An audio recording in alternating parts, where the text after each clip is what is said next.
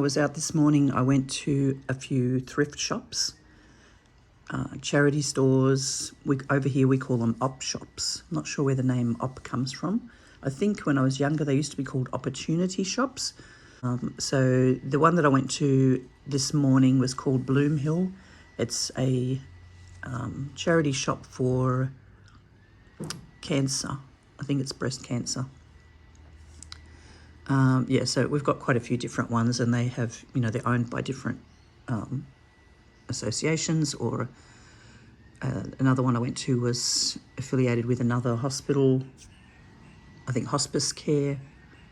Yeah, anyway, so this one, Bloomhill, had some clothing items hanging there, and they had this cardigan, which I just loved the colour of, and it's a beautiful soft wool. It's too small for me, and it's got a few stains on it that I noticed.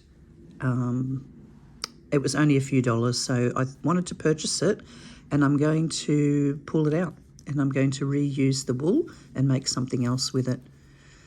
It looks like a 4-ply fingering weight, so I just wanted to show it to you before I do that, just to show you that sometimes we can get things at these thrift shops, and we can repurpose them into something else. Yeah, I just thought that was a really nice yarn. I was actually looking for different crochet items, wool, knitting items. I even looked at some bags. I was looking for a clasp for a bag, like a vintage type of bag with a long chain or strap on it that I could reuse, pull the bag part off and reuse the clasp to crochet a bag and use the clasp on it.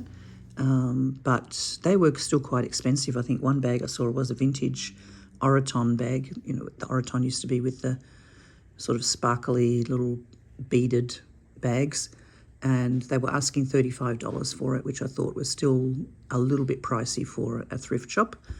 Yeah, for me to use the clasp, I didn't want to. I thought I'll just leave that for someone else that may actually want the bag, because the bag was still in good condition. But yeah, because this has some stains on the back, I don't mind pulling the wool out and just seeing what else I can make with it. I might be able to combine it with another colour, and it's probably not enough to make a whole blanket or anything out of, but let's see how much we can get out of this. And yeah, see just a little project that I wanted to try, recycling some yarn that I found. So I pulled out that cardigan from today that I found at the op shop or thrift store, and I was able to wind up and get 5 beautiful big skeins of wool. I was going to buy skeins of wool like this size. They're about 100 gram. I haven't weighed them, but comparing them to other skeins I've got, I know that one is a bit more than 100 gram. So there's about 500 grams of yarn there. And so for under $10, I think I paid $6 or $7 for this cardigan at the thrift shop. I was able to get 500 grams of yarn for, $6 or $7. So that's like $1 for 100 grams or $1.50 for 100 grams. I thought that's pretty good value. And now I can reuse this yarn to make something else. It's showing up a bit grey here, but you did see it in the daylight. It's actually a nice light brown, or what would I call it? Maybe like a taupe colour. It's not really grey at all. So I'm really happy with that. I'm happy that I was able to recycle something, and I'm now able to make something else out of it. I haven't decided what yet. Maybe a shawl. Yeah. I'll see, but it'll be something crochet, not knitted.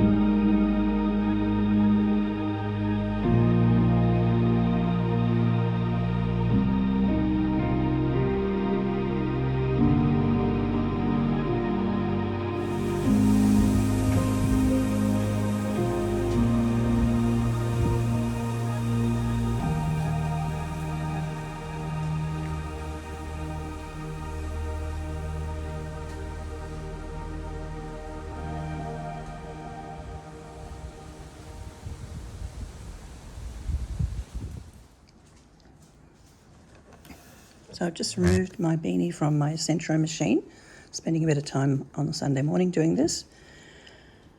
And I've just woven in every stitch. I'm just going to double check that I didn't miss any. I think I got every single stitch there. Yes, okay, so now I can just pull that thread through and close that off. I just turn it inside a little bit so that the stitches are facing inwards. Okay, and then the other end I'll do the same.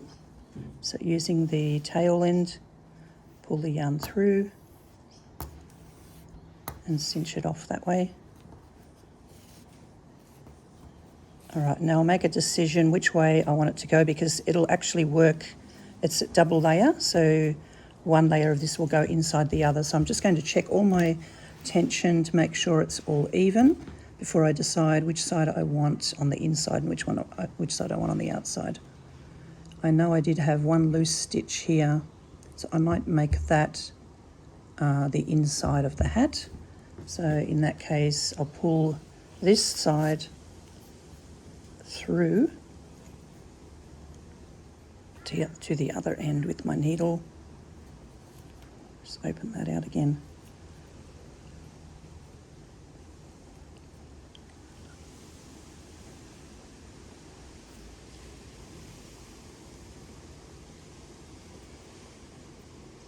Shall I come through that side? I'm not going to do a full demonstration on how to make this beanie using the machine because there's plenty of them on YouTube already. All right, so I'll just pull that through inside out until the other end comes up to meet this end. Push that in.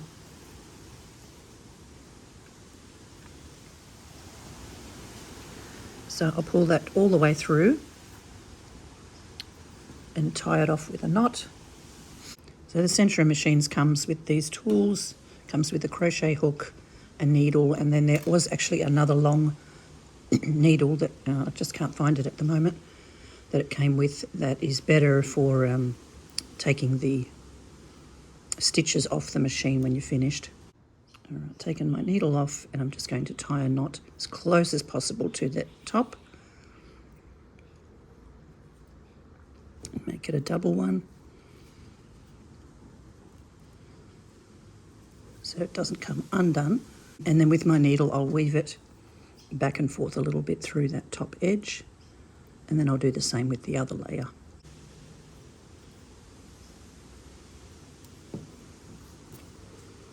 All right, so just working along the edge of the top stitches.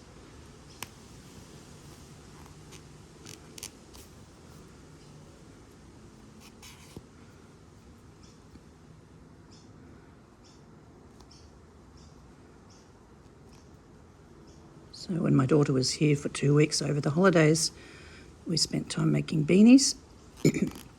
And she's now getting a machine of her own. She's gone into mad beanie production and going to be selling them where she lives, which is a much colder climate than when we are. Oh, it does get hot there in the summer too, but it gets very cold in the winter.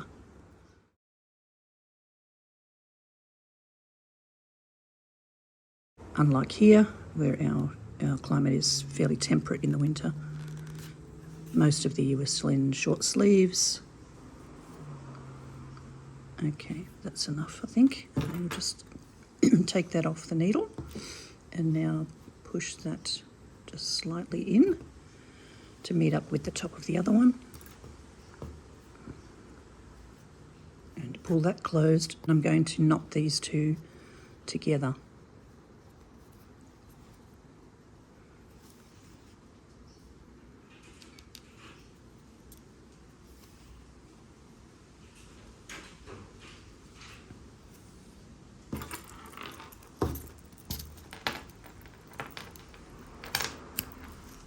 So now I could use these tails to attach a pom-pom, but I'm not making a pom-pom on this one. I'm just going to push this thread now through the middle of the two pieces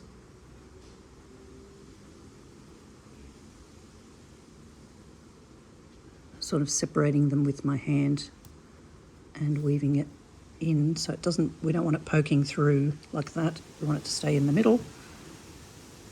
Maybe that low, that's far enough. Pull it through, pull the thread out, and now we can cut it and disappear inside. Okay, so there you've got your beanie. It's got a nice white edge. And yeah, ready for winter. It's for my son when he goes snowboarding.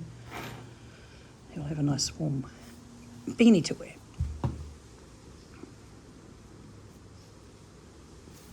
All right, and then it's reversible, so I can turn it inside out and get a slightly different effect.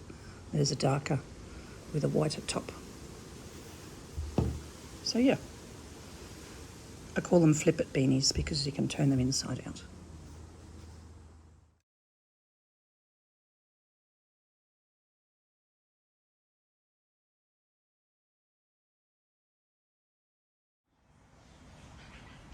Yeah, so there you go, there's one side. If you turn it down, put your hand in, grab the end and flip, you've got another side there with a different edge on it. And I mean, you could make it 2 colours. So I did 120 rows on mine for a man's head.